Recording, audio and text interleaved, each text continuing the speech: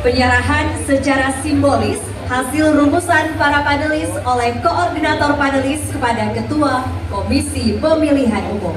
Kami persilakan Ketua Komisi Pemilihan Umum Bapak Hashim Asyari dan koordinator panelis Bapak Imam Prasojo untuk naik ke panggung.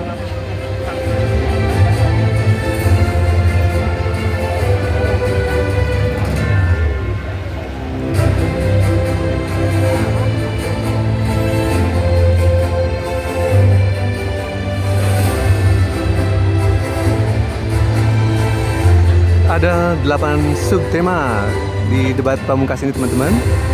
Mulai dari kesejahteraan sosial, kemudian kesehatan, pendidikan, Ya, kami persilakan Bapak Hashim Asyari dan Bapak teknologi Imam untuk informasi, kembali ke tempat. ketenagakerjaan, teman-teman, sumber daya manusia, inklusi. Jadi ada 8, teman-teman, ya, yang menjadi bahasan di malam ini. Hadirin dan pemirsa, debat calon presiden pemilu tahun 2024 akan segera dimulai dan akan dipandu oleh moderator. Mari kita sambut moderator debat kelima calon presiden pemilu tahun 2024, Andromeda Mercury dan Dwi Anggia.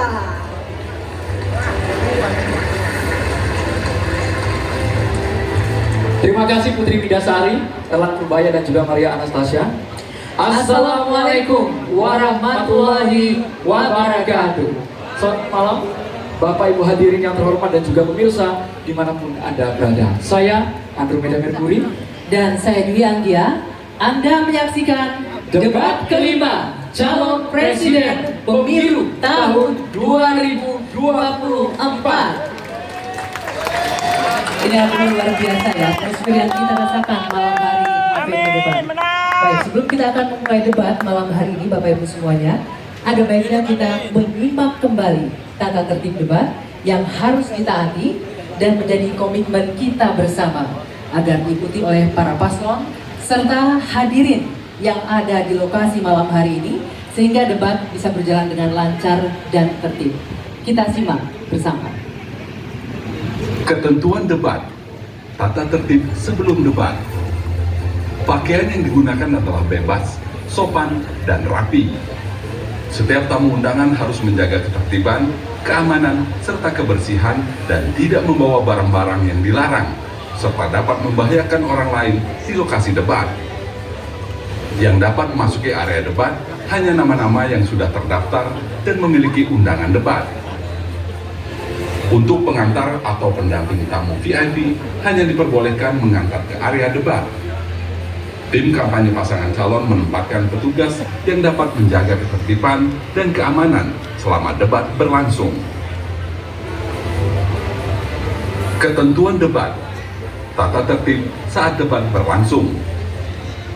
Dalam debat, pendukung tidak diperkenankan membawa bahan kampanye dan alat peraga kampanye kecuali atribut yang melekat di badan. Selama acara debat berlangsung, tamu undangan wajib menjaga ketertiban dan tidak meneriakkan yel-yel atau slogan dan melakukan intimidasi dalam bentuk ucapan maupun tindakan kepada pendukung pasangan calon, moderator, dan panelis. Antusiasme dari para pendukung dan relawan Timnas Amin cukup masif, teman-teman. Tempat duduk yang tersedia tidak mencukupi untuk mengakomodir semuanya. Ada yang lesehan, ada juga yang berdiri di pinggir di serambi belakang dari markas Timnas Amin. Serambi belakang ini sudah dipakai dalam beberapa pekan untuk deklarasi ya, teman-teman, dari para pendukung atau komunitas yang mendukung Amin. Ya, kita sambut kehadiran paslon 01, 02, dan 03 di Calon stage. Presiden nomor urut 1 Bapak Haji Anies Rashid Baswedan PhD.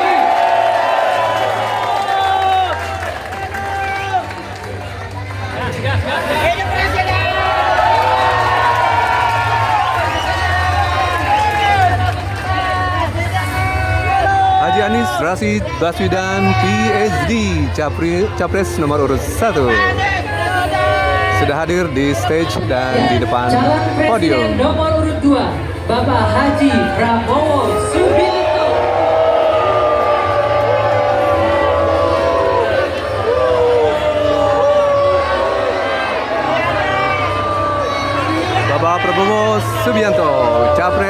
nomor urut 2.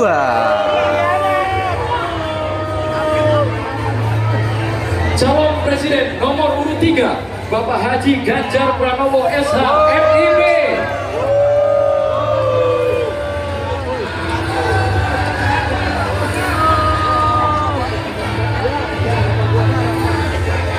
Ganjar Pranowo SH MIP. Jadi basicnya adalah sarjana hukum. Tema debat saat ini menyangkut soal kesejahteraan sosial ya teman-teman. Mohon tenang, Bapak Ibu. Nanti akan kami berikan kesempatan untuk memberikan apresiasi setinggi-tingginya Kemudian kepada kebudayaan, masing-masing calon presiden. Pendidikan, teknologi Hadirin sekalian, informasi, pada debat kelima ini, tema yang diangkat adalah kesehatan, pendidikan, ketenagakerjaan, kesehatan, dan ketenagakerjaan, sumber daya alam serta inklusi. teknologi informasi, kesejahteraan sosial. Jadi lebih ke dominan mungkin paslon 01 ya yang melihat dari latar belakang dan pendidikan. Semoga kita akan melihat kejutan-kejutan ya di debat capres ini, teman-teman. Menilai debat malam hari ini. Pastinya ini akan menjadi catatan demokrasi perjalanan bangsa Indonesia. Hadirin sekalian, baik kita akan langsung memulai debat sesi pertama dengan mendengarkan visi, misi, dan program kerja masing-masing calon presiden. Andro dan pemirsa, jika pada debat sebelumnya diawali dari kandidat nomor urut 1, di debat kali ini akan dimulai dari kandidat nomor urut 2. Kami persilakan calon presiden nomor urut 2, Bapak Prabowo Subianto untuk menyampaikan visi, misi, dan program kerja. Waktu Bapak 4 menit dimulai dari Anda berbicara. Assalamualaikum warahmatullahi wabarakatuh. Salam Om Swastiastu, Namo Buddhaya.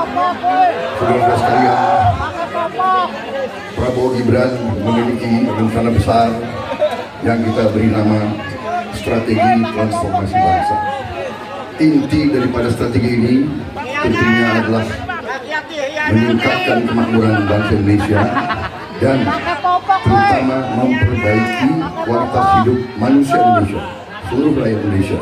Salah satu proyek strategis kita intinya adalah memberi makan bergizi untuk seluruh Indonesia, termasuk yang masih dalam kandungan ibunya, dan selama sekolah sampai dari usia dini sampai dewasa. Ini akan mengatasi angka kematian ibu waktu lahir. Ini akan mengatasi kurang gizi anak, stunting. Ini akan menghilangkan kemiskinan ekstrem.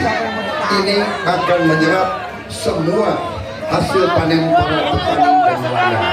Ini akan meningkatkan pertumbuhan ekonomi kita minimal sekitar 1,5 sampai 2%. Dengan demikian kita mengatasi masalah-masalah fundamental dalam memperbaiki kualitas hidup rakyat Indonesia menuju kepada menghilangkan kemiskinan dari bumi ini. Rumah sakit modern di setiap kabupaten dan kota dan puskesmas modern di setiap desa di seluruh Indonesia. Kami akan segera mempercepat mengatasi kekurangan dokter di Indonesia. Kita kekurangan sekitar 140.000 dokter dan itu akan kita segera atasi dengan cara kita akan menambah fakultas kedokteran di Indonesia. Dari yang sekarang 92, kita akan membangun 300 fakultas kedokteran. Kita juga akan mengirim 10.000 anak-anak pintar dari SMA, lulusan SMA. Kita akan beri beasiswa ke luar negeri untuk belajar kedokteran dan 10.000 lagi untuk belajar sains, teknologi, engineering, dan matematik, kimia, biologi, dan fisika. Itu kita rebut teknologi, kita rebut sains. Kita juga akan membangun 3 juta rumah untuk mereka yang belum punya rumah.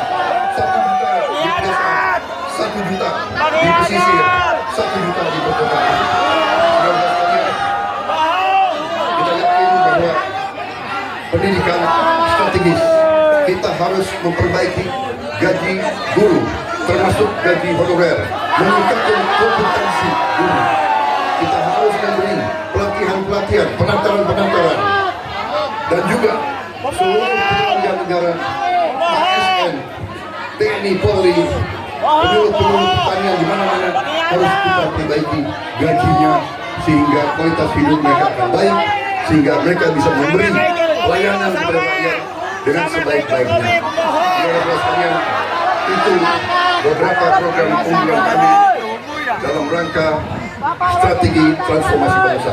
Kita tidak hanya sekedar mau pembangunan, kita mau transformasi bangsa kita di atas landasan ekonomi yang sudah dibangun oleh Presiden Joko Widodo. Demikian pemikiran kami yakin kami akan melaksanakan itu dan kami akan mencapai Indonesia Emas 2045. Terima kasih. Wassalamualaikum warahmatullahi wabarakatuh. Terima kasih Pak Prabowo.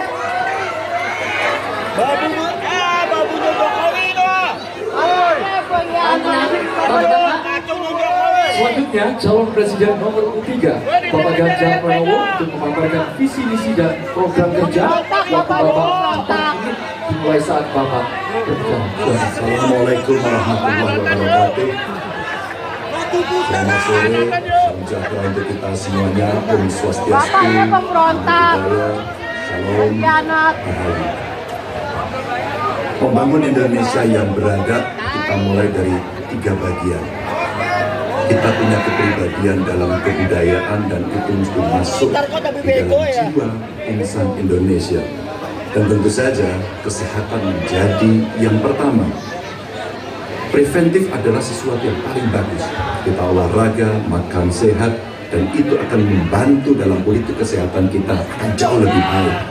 Dan tentu saja akses kesehatan yang diperlukan di setiap desa. Kenapa Ganjar Mahfud membuat satu desa, satu vaskes, satu nakes?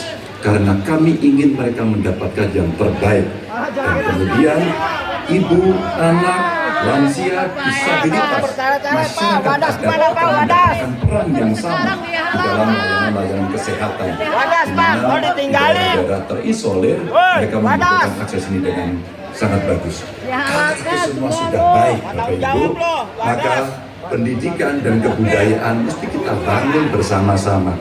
Akses pendidikan yang baik, lebih inklusi, kemudian kurikulum yang mantap, dan tentu saja fasilitas yang diberikan harus bisa memberikan akses terbaik untuk anak-anak didik kita, termasuk nasib guru dan dosen. Kalaulah kemudian ini bisa berjalan dengan baik, maka perempuan muda dari Jogja, Mbak Kalis namanya, menyampaikan, Ganjar, perhatikan mereka yang selama ini terpinggirkan.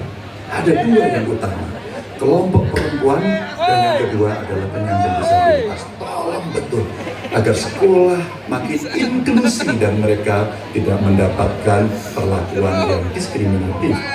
Setelah itulah kemudian baru mereka bekerja, dan tentu saja keterampilan yang dia dapatkan melalui pendidikan yang baik ini akan mendorong atau bisa merespon lapangan kerja yang sangat terbuka dan upah buruh yang baik. Sehingga kawan-kawan buruh kemarin bertemu dengan saya, tolong Pak, segera review Undang-Undang Cipta Kerja. Ini perlu mendapatkan keseimbangan dengan masa depan. Dan tentu saja pembangunan ini harus berorientasi kepada SDM atau manusia. Budi pekerti yang baik, sopan, toleran, tidak atikang, atikung, atikuno, sehingga mereka menjadi manusia yang lengkap. Ini bisa berjalan dengan cepat kalau digitalisasi kita lakukan. Infrastruktur teknologi informasinya baik, kemudian tersebar, internetnya bisa cepat, dan mereka akan bisa mendapatkan media yang bagus untuk mengembangkan diri. Tentu saja Bapak Ibu, dalam politik kali ini itu mesti diberikan contoh. Demokrasinya harus lebih baik, demokratisasi berjalan baik, kemudian contoh atau teladan pemimpin yang juga baik dan tidak ada konflik kepentingan seperti Pak Mahfud contohkan. Dia menurut agar ini membangun integritas yang baik, dan tentu saja keresahan yang muncul baik dari Gusmus, Muhammadiyah, Van Magnis, Gunawan Muhammad, dan kampus-kampus mesti menjadi catatan kita bersama bahwa kita dalam konteks ber-Indonesia, berbudaya, semua dalam koridor yang baik. Dan tentu saja, kenapa ini mesti kita lakukan Bapak Ibu? karena itulah suara-suara rakyat yang kami dengarkan oleh Ganjar Mahfud ketika kami tidur di rumah penduduk, ketika kami mendengarkan mereka dan mereka membuka seluruh unek-uneknya. Itulah kenapa kami sampaikan, Tuanku adalah rakyat, jabatan ini hanyalah mandat. Assalamualaikum warahmatullahi wabarakatuh. Terima kasih banyak Bapak Ganjar.